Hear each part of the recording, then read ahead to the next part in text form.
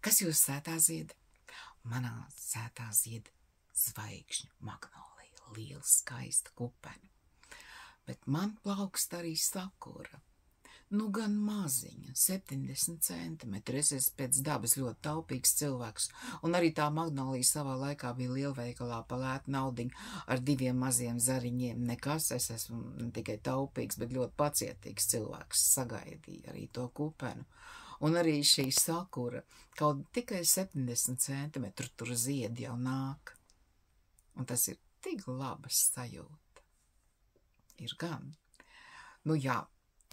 Esmu lasījis daudz, un vēl tagad kaut ko pāršķirs par to, kas ir pareizi, kas ir nepareizi, un nekas no tā šobrīd vairs nefunkcionē. Klimats ir nomainījies, un savādāk nekas nebūs.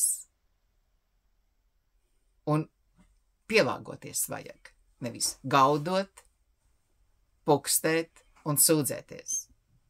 Un cilvēks ir spējīgs pielāgoties, jebkura būtne ir spējīga pielāgoties, un vienkārši cits iespējas nemaz nebūs.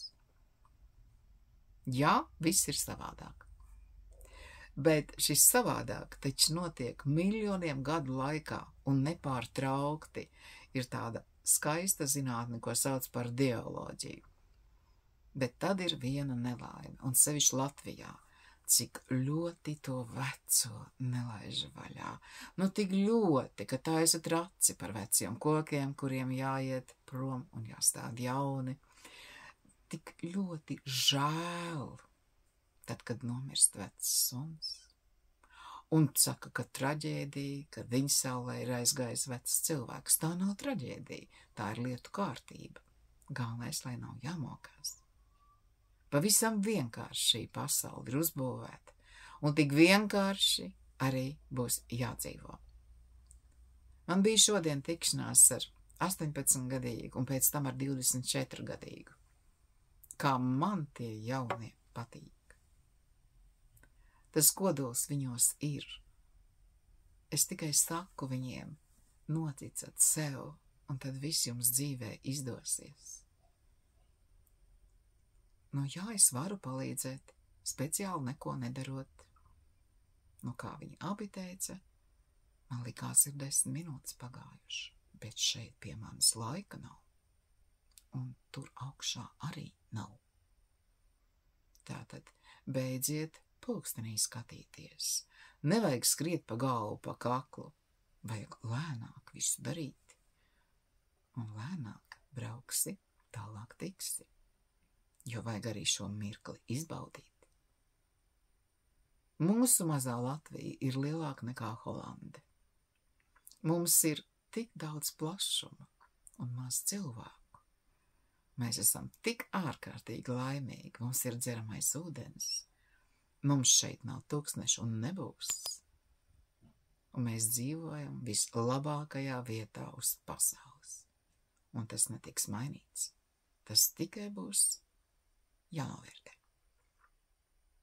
Ja šodien aktīri iet studēt uz akadēmiju un būs armīnieki, es ar viņiem lepojos, jo to aktieru mums ir par daudz. Kad pie manis nāk 18-gadīgi un grib būt inženieri, un kad es viņiem saku, viņi izdomās to, kas vēl nav bijis, un mums būs ar ko pelnīt naudiņu un nevis pacelt nodokļus šai mazajai tautai, kur lielākā daļa dzīvo ar minimumu. Bet dzīvo un izdzīvos, jo 90. gads parādīja, ka mēs esam stipri, mēs varam jebko, ja vajag. Un vajadzēs. Bet šie jaunie arī vairs neklasēs. Tāpēc man tik ļoti viņi patīk, jo viņi ir drosmīgāki. Un nav viņiem klāt tā komunistu smaka, kas visu gribēja paslaucīt zem tepiķu un kuš, ka tik no ārpuses smuki. Dzīvot laulībā, no ārpuses viņi ir, bet iekšpusē viņas nav. Un mums saka bērnu dēļ nevajag krāpties un mānīties, bērni to visu redz. Jā, viņi arī protestē. Es saņēmu apsveikumu no mazās Annas, viņai ir 6 gadi. Nu, tāda apsveikuma nav saņēmis neviens. Nu, kāds tur būtu teicis, nu tas jau tur nekas sevišķs. Nē, to ir Anniņas rokas taisījuši, un viņas sirsniņa turklāt. Paldies, Anniņa, par apsveikumu. Es to paldies varu teikt, jo nesen man bija vārdiena. Un to paldies es atkārtot varu daudz un daudz, jo īziņas nāca no 7 rītā līdz 9 vakarā. Paldies! Un tie labie vārdi, nu jā, tie ir nesamaksājami. Un man ir prieks, tad, kad jums ir prieks.